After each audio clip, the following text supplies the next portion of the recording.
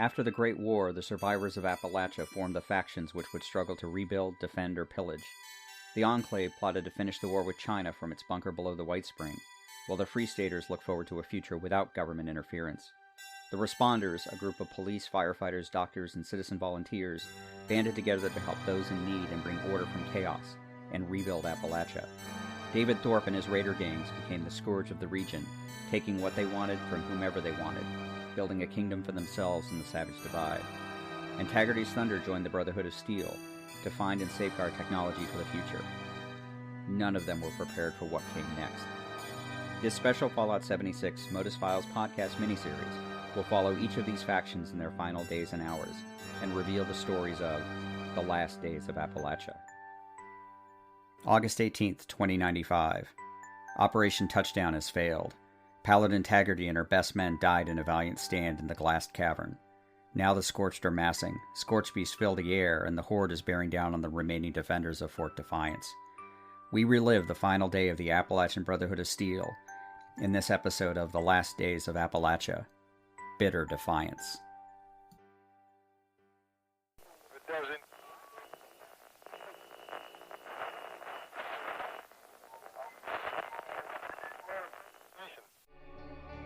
Long gone are the days where people sing about West Virginia as almost heaven. After nuclear war and disease, it's far from heaven now. Far from Heaven, a Fallout 76 story podcast, is a tale of survival, conflict and hope set in the Fallout 76 game world. Join our survivors on their journey to reach that almost heaven once more. Available on Spotify, Apple Podcasts, Amazon and many other great podcasting apps. Far from Heaven, a Fallout 76 story, available now.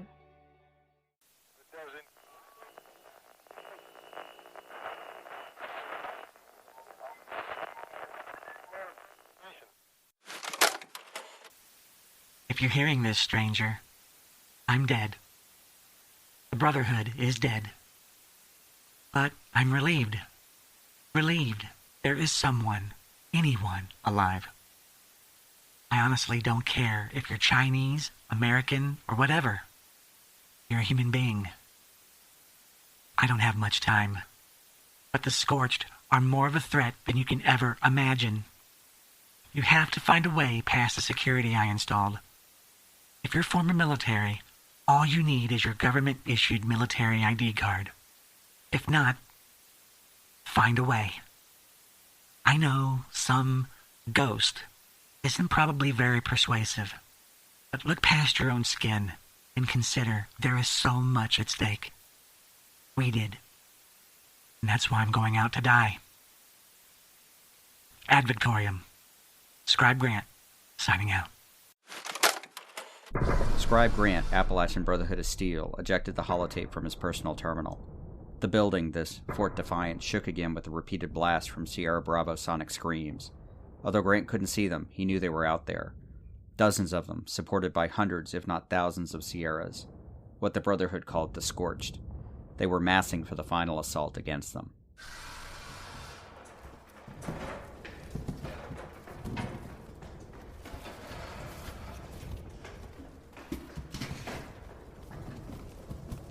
He could hear the few remaining knights and squires jogging down the halls, repairing the last suits of T-60 power armor and hauling the remaining crates of ammunition downstairs. Senior Knight Wilson had been very clear in his orders. This was their final stand. There was no retreat, because there was nowhere else to go. And with this enemy, there was no surrender, no prisoners. Everything he'd done, all the work, the coordination with Lost Hills, Operation Touchdown, and even Mission 099-01 had all been for nothing. Taggerdy was gone, and Operation Touchdown had failed. However many Sierra Bravos they might have killed, more came to take their place. Grant wanted to punch the wall or pound on the table, but instead he set his mind to their final mission. Besides the holotape, which he'd leave downstairs, he'd also written a note with further instructions to whomever might come after them. It was on the slimmest of hopes that someone, anyone, would find it after they were gone and continue their work, and maybe, just maybe, stop this plague of monsters once and for all. And there was something else that only he knew. Grant had made one last attempt to get their data to Lost Hills, and some acknowledgement of their fate. After touchdown, he'd rigged their long-range transmitter to bounce a transmission off of a piece of orbital debris or non-functioning satellite to the west coast. It was a long shot, but at least it was theoretically possible. He tried for about a week until a Sierra Bravo destroyed the dish. There was plenty left up there, even if none of it was an actual communications satellite. And maybe one of his attempts got through. Grant doubted they'd ever get a response, but it felt better to have tried than just to have given up.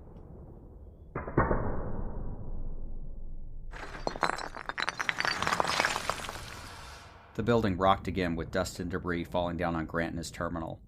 They were running dangerously low on anti-air missiles.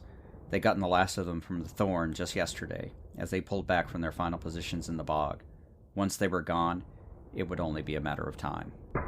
Grant, get your ass downstairs. We got Sierras coming up the hill and they've overrun the other positions. More Brotherhood blood, more Brotherhood dead. All the way back to Huntersville. Paladin Swafford, De Silva, Romeo Squad, Esposito, Marino, Taggerdy. The list just went on and on.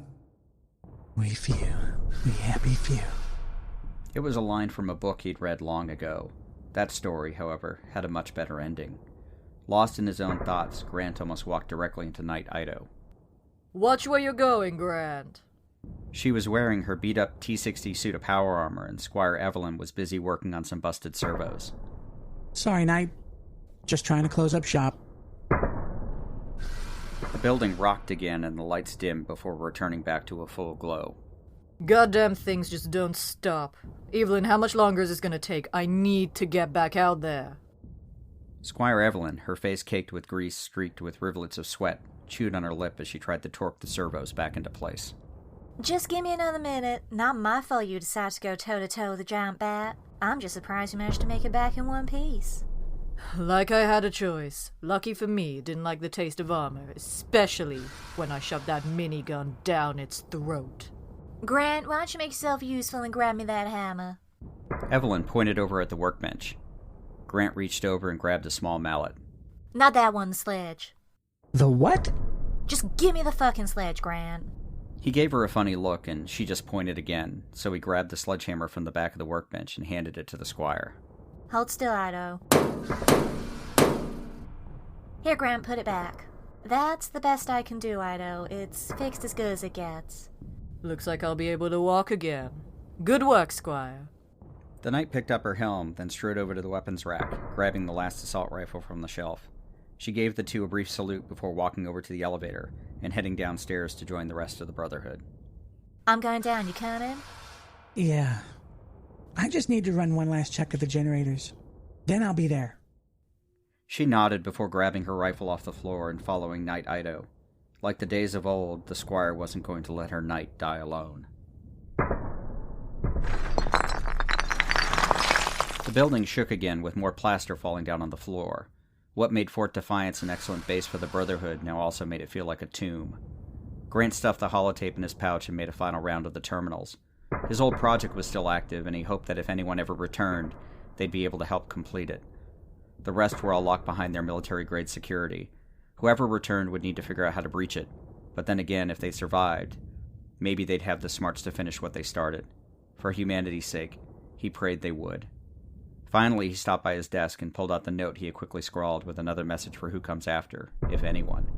There was nothing more he could do as a scribe, so today he'd go into battle with his brothers, as one of them, for the very last time. Once he reached the first floor, he found Senior Knight Wilson with Knight Tex and a few others gathered in what used to be the small cafeteria. Grant, is there anyone left upstairs? No, sir. I'm the last. Okay, then. He seemed to stand up a little straighter and addressed what little remained of the Appalachian chapter of the Brotherhood of Steel. Brothers and sisters, knights, squires, and scribes. We've all fought long and hard over these past years, and we've given so much. From Camp Venture in Thunder Mountain to Huntersville and Fort Defiance, the Brotherhood has left its mark in Appalachia. Paladin Taggerdy put us on the path to help reclaim what had been lost and conserve it for future generations. Now that future is in doubt. I know that we had all hoped that Operation Touchdown would succeed. We know that it did not. And we can only assume that those who went with our paladin died in the attempt. Today we cannot mourn, we cannot turn away, and we cannot give up. As long as a single brother can wield a weapon, we will stand against the rising darkness. For as hopeless as our cause may seem, it is a just cause, and it will be our honor to lay down our lives in the service of that cause. So I ask you all now, what we do for the sake of all mankind. For Paladin Taggerdy, for Appalachia, and for the Brotherhood, ad Victoriam! Throughout history, stories were told of famous last stands, Leonidas and the 300, the Siege of Malta, the Alamo, and others. And although many lives were lost, they did not give their lives in vain. And if this was the end of the Brotherhood, they would die as warriors, with their face to the enemy. Let's get out there, brothers. Give 'em hell. The cheers echoed through the old asylum, and the knights donned their helms, and their squires made one last check of their weapons. Senior Knight Wilson led the way, silently wishing that Taggerdy could see the last ride of the thunder. As the last of the Brotherhood stepped through the doors of the old asylum into the maelstrom, Squire Grant tacked his message to the old bulletin board and placed his holotape next to it before joining them.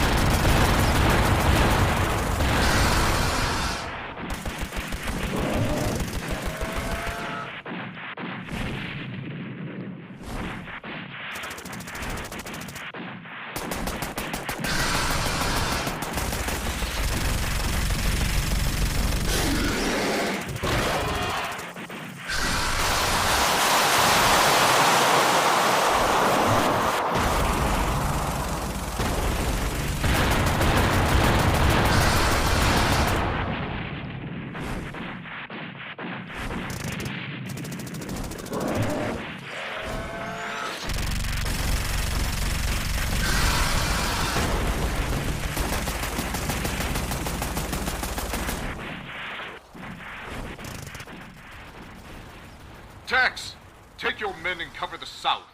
Sierras are massing along the road. We'll cover the north and the center. Outside, the remaining knights and squires spread out and fired into the host of Sierra Bravos circling Fort Defiance. Two other squires were loading the last of the missiles into the battery, which quickly swiveled and fired into the sky.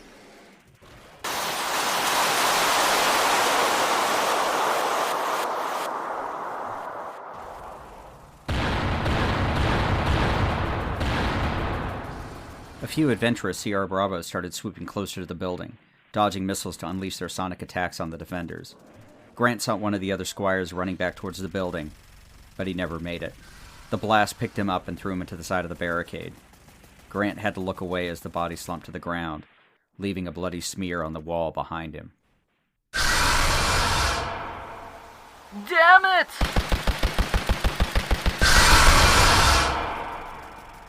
Ido cursed and fired into the beast as it passed, stitching holes in its wings.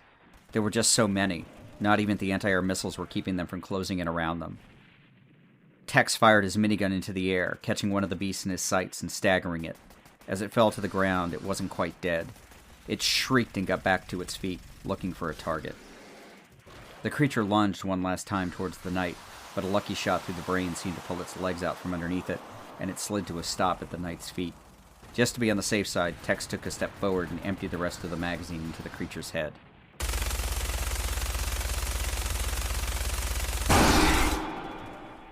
Tex! Sierras are swarming up the hill. We're losing the barricades. Start pulling back to the inner courtyard. You heard the man, knights. Cover each other and get back to the courtyard. There were less than a dozen knights left and a handful of squires. As the Sierra Bravos kept circling, a last salvo of missiles rose to the sky before the launcher finally fell silent. This is it, brothers. Here they come. Almost in unison, there was a concerted shriek from the swarm, shaking the barricades and driving the squires to their knees, covering their ears from the deafening sound. From the sides of the building and down the roads came the infected Scorched host, made up of those that used to be human, but also every manner of creature from the Cranberry Bog, including megasloths, mirelurks, giant ants, bloodbugs, even wendigos, all infected and controlled by the Scorched hive mind, boiling forth towards the Brotherhood's last valiant defenders. Less seasoned warriors might have run, but not these men and women. They had been Appalachia's shield for nearly a decade. Each and every one of them steeled themselves, pointing their weapons to the sky or towards the horde, and fired. Miniguns, assault rifles, grenade launchers, even pistols fired by those defenders tore through the attackers' ranks, but still they charged, throwing themselves bodily forward even if they lost arms and legs. They lacked the ability to care or feel. Senior Knight Wilson slammed the last magazine into his minigun, turning it on a group of Scorched threatening to overrun their flank.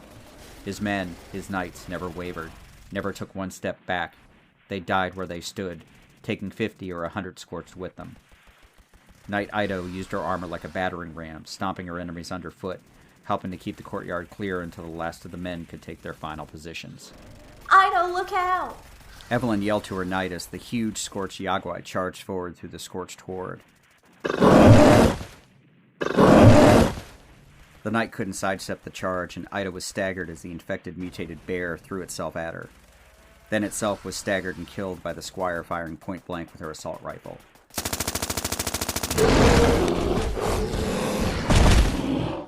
Using the dead creature as a makeshift barricade, both Ido and Evelyn fought side by side, keeping the Scorched at bay. Taggerdy would have been proud. From his position, Grant could see night after night overwhelmed and torn apart by the creatures. Between the explosions, the shrieking of the flying creatures, and even the firing coming from some of the Sierras themselves, the courtyard had turned into a miniature version of hell. Grant, get down! A flaming ball of acid impacted against Grant's barricade, barely missing his head.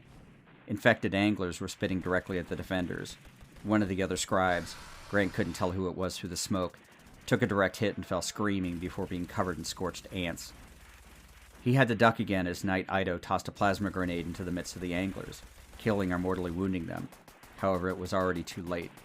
The next wave was upon them, and the Sierra Bravos swooped in to take part in the kill. The last two knights manning the central barricade were being overwhelmed. Creatures of all shapes and sizes scaled the supports and threw themselves on the knights' guns to clear a path for those coming behind. Squire Evelyn rose to her feet and ran forward, yelling a battle cry and firing from her hip, trying to clear some of the Scorched away from the knights. Without power armor, it was a suicide charge, but she did her duty, as any squire would have done. Years before, Knight Wilson had once tried to drum Evelyn right out of the Brotherhood for conduct unbecoming, but at the end, she showed the heart of a lion. Evelyn, no! Knight Ido gave an anguished cry as she saw her squire firing point blank into what had once been a human being, now nothing more than a hissing, blackened form, only to watch it tackle her to the ground. Knight Rogers grabbed her by her arm, holding her back from going to Evelyn's aid, for he knew it was already too late.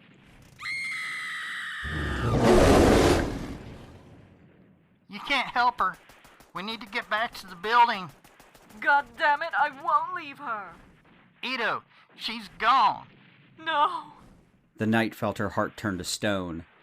She raised her rifle, firing magazine after magazine into the horde, even as she and her fellow knights were pushed back to the very doors of Fort Defiance. The entire courtyard was filled with Scorched, ripping and tearing at the defenders. And through it all, Scribe Grant was surprised he was still alive. He was down to his last magazine, and the Sierras, the Scorched, just kept coming. Damn it, Grant! Get your ass back in the building! Grant felt himself lifted up by his scribe uniform and thrown in the direction of the front doors of Fort Defiance. Tex will cover you. Tex was just about to say something, but thought better of it. There wasn't anything left to be said. His journey with the Brotherhood was coming to an end, whether right here or inside, but he had one last thing to do. Knight Ido and two other knights made their stand at the entrance to give the remaining Brotherhood time to escape into the building. As Knight Wilson pushed the heavy doors closed, he saw the knights swarmed while firing or swinging their weapons as clubs. They fought until the last, giving their lives for the cause, and for each other. When the door slammed shut, Grant looked up and saw Knight Wilson and Rogers plus two bloodied knights barring the doors, even as the sounds outside reached a crescendo of gunfire, screeching, and then a final, definitive silence, before the doors nearly buckled inwards from the crush from the outside.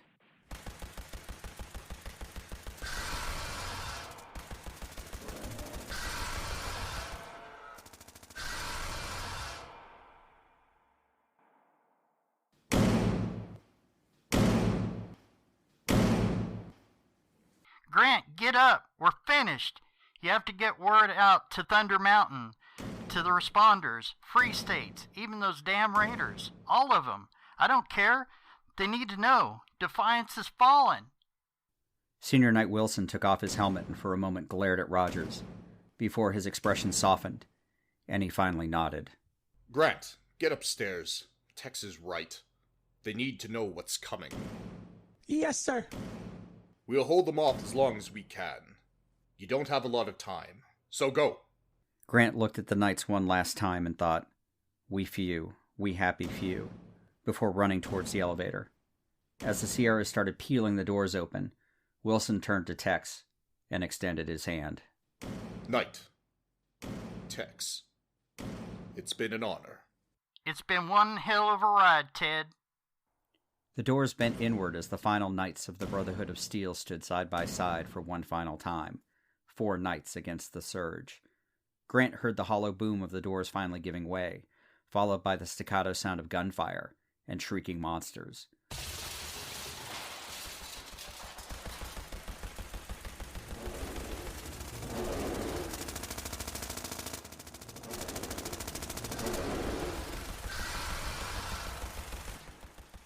The Brotherhood would go down fighting to the last. When the elevator doors opened on the top floor, he ran towards the communications center. Without the long-range dish, the best he could expect was a short message to Thunder Mountain. He would warn them. The Scorched would be coming for them. He didn't expect Squire Rosen to run.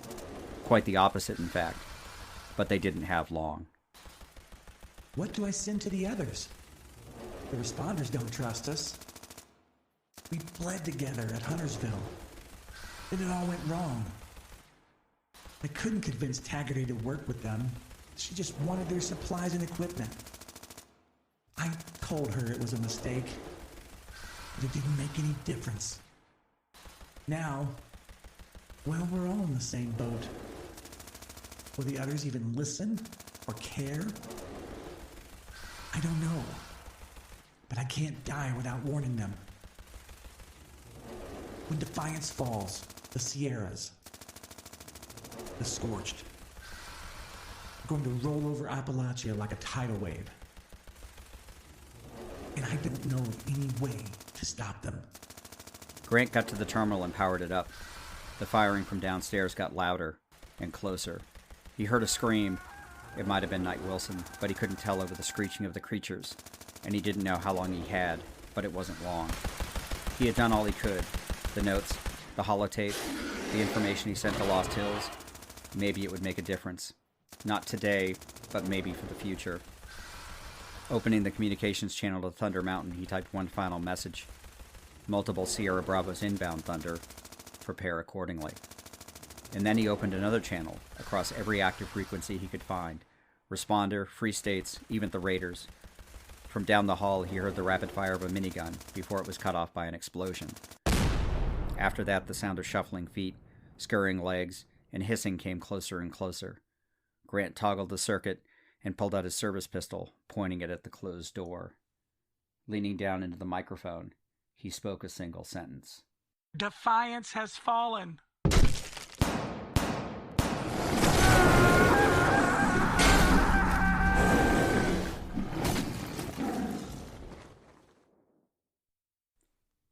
Squire Rosen died, along with the rest of the Brotherhood contingent at the Thunder Mountain nuclear power plant. She and Squire Gilden made a last stand in the control room as the Scorch breached the walls of the facility.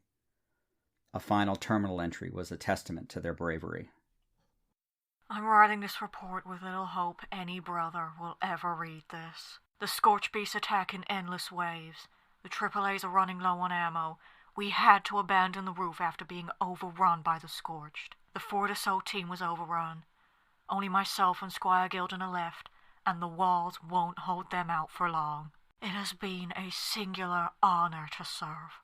Whoever is reading this, abandon Appalachia and pray that the Scorchbeasts do not come for you. The last defenses have been breached, and the Brotherhood is no longer the shield protecting Appalachia from the Scorched. As the sun set over the hills, the Scorchbeasts fly to the north and west, followed by their thralls, to set themselves upon their unsuspecting victims.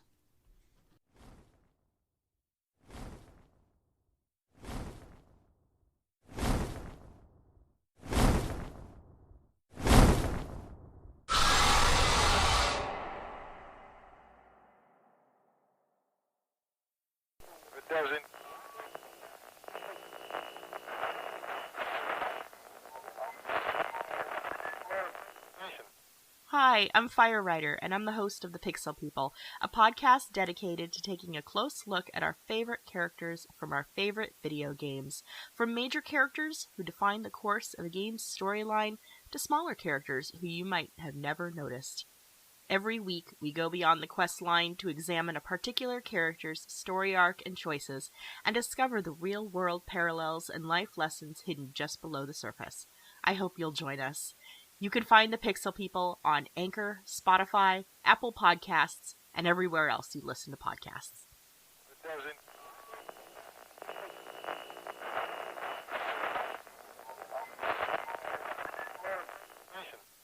Thank you for joining us for our second episode of The Last Days of Appalachia.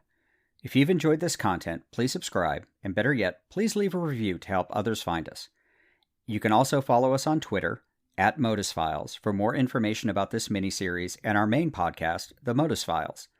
I'd like to thank our cast: Jason Pinksteel Swift as Scribe Grant, Gray Fox as Knight Wilson, Letitia Lemon as Knight Ito, Squire Evelyn, and Squire Rosen, and Adam Stinson as Tex Rogers. We'd also like to thank Harry Skingle for providing the cover art for our miniseries. And a shout out to the Apocalyptic Aristocracy Discord, home to a great group of fellow creators, the Robots Radio podcast community, and the rest of the Robots Radio Rocket Club, and Jeremiah Johnson, our favorite character artist, who provided the wonderful character artwork you can find on our website. And lastly, thank you to all of our subscribers and supporters. We look forward to seeing you all again for our next episode in this series, A Walk with Ozymandias.